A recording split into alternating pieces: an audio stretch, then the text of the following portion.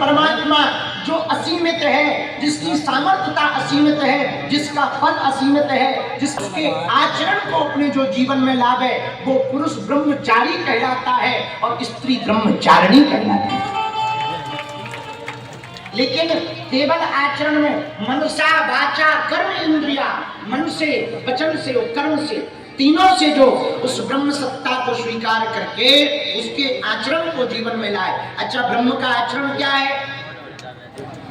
ब्रह्म का आचरण निर्लोभ है, कोई लोभ नहीं, निर्द्वंद है, कोई द्वंद नहीं, सम्यक दृष्टि है, सबके प्रति समान है, कोई अपना पराया नहीं। तो क्या भगवान को दानव भी प्रिय है? हाँ है। क्या केवल देवता भर प्रिय थोड़ी है भगवान को? ना ना ना, दानव भी प्रिय है। अच्छा, दानव प्रिय यदि भगवान को ना होते तो क्या रावण को समझाने के लिए हनुमान जी को भेजते?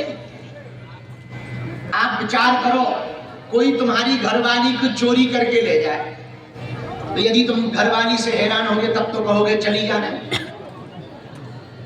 यदि हैरान नहीं होगे तो क्या करोगे?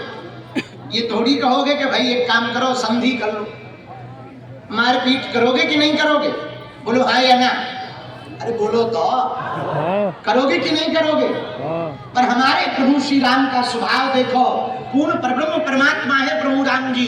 श्री किशोरी जी जनक कन्या श्री जानकी जी का हरण करके रावण ले गया, पर हमारे श्री रघुनाथ जी का स्वभाव देखो, जानकी जी के हरण होने के बाद भी, पता लगने के बाद भी हनुमान जी को भेज करके संधि का प्रस्ताव देते हैं। ये ब्रह्म है जिनके अंदर कोई द्वंद नहीं, ना काहू से दोस्ती, ना काहू से बैर, ना तो किसी से दोस्ती ना बैर, जो आ जाए सो भगवान। उन्हें दुश्मनों से भी कोई दिक्कत नहीं, शत्रुओं से भी कोई दिक्कत नहीं, शत्रु भी उनके ही है। अच्छा, भगवान का शत्रु हो कौन सकता है? जिससे सब प्रकट हो, उनका कोई शत्रु नहीं हो सकता है। तो आज के दिन मां ब्रह्मचारिणी देवी की पूजा की जाती है। बोलो सीताराम, जोर से बोलो और जोर से बोलो। एक और, हाँ ठीक है ठीक है, ज्यादा ओवर ना करो। एक तो तुम स्टार्ट होते नहीं, स्टार्ट हो जाते तो बंद नहीं होते। तुम तो हमारे गांव की छन्नू ना हो। हमारे गांव में एक सैन साहब थे, उनका नाम छन्नू था, अब तो दूसरे लोग चले गए, लेकिन वो बड़े गजब आदमी थे। एक तो वो स्टार्ट होते नहीं थे, हो जाते थे तो बंद नहीं होते। हाँ, तो वही हाल तुम्हारा है। बोलो सीताराम। तो हाँ, एक बात कहें, बहुत अच्छी बात है। माँ की ममता और इनकी क्षमता का कोई अंदाजा नहीं लगा सकता। माँ ममता मई होती, माँ के अंदर करुणा होती। माँ का मतलब ये है जिसके अंदर करुणा हो। मेरे प्रिय जनों, मेरे पागलों, माँ कभी भी भगवान से प्रार्थना करती है तो वो अपने लिए कभी नहीं मांगती, माँ हमेशा अपने बच्चों के लिए। इसलिए माँ का दर्जा पिता से भी बड़ा है। माँ ब्रह्म को भी हम लोगों ने माँ कहा। किसको माँ कहा? बोलो बोलो बोलो।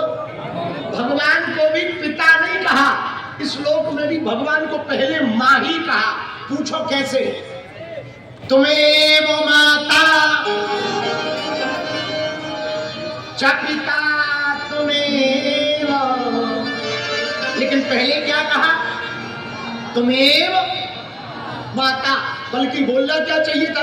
तुम्हें वो पिता, लेकिन नहीं, भगवान को भी हम लोगों ने क्या कहा? तुम्हें वो माता च पिता तुम्हें वो। क्यों?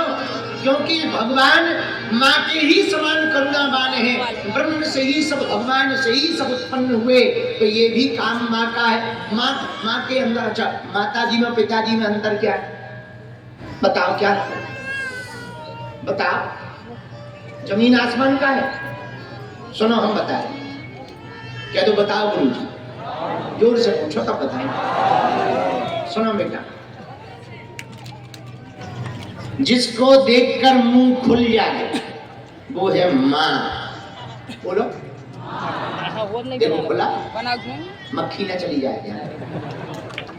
जिसको देखकर मुंह खुल जाए वो है माँ, बोलो खुल गया। और जिसको देखकर मुंह बंद हो जाए वो है बाप। नहीं है अंदाजा करके देख लो, बोलो बाप, ये तो बंद हो गया। यही अंतर है माता जी में पिताजी। जिसको देखकर मुंह खुले वो माँ है, जिसको देखकर मुंह बंद हो बाप है, जिससे कुछ ना कह पाए वो बाप है, जिससे सब कुछ कह दें वो माँ है। जिससे अपने मन की बात कह दें, दिल की बात कह दें, परेशानी कह दें। इसलिए माँ की ममता का क्षमता कोई नहीं है। माँ तो माँ होती। हमको याद है एक बात, एक घटना याद है, फिर हम कथा सुनाएंगे। हमारे जिला की ही बात है, अब हमको याद नहीं आ रही कहाँ की बात है, पर हमको किसी ने ये बात सुनाई थी, सत्य घटना। एक छोटा सा बालक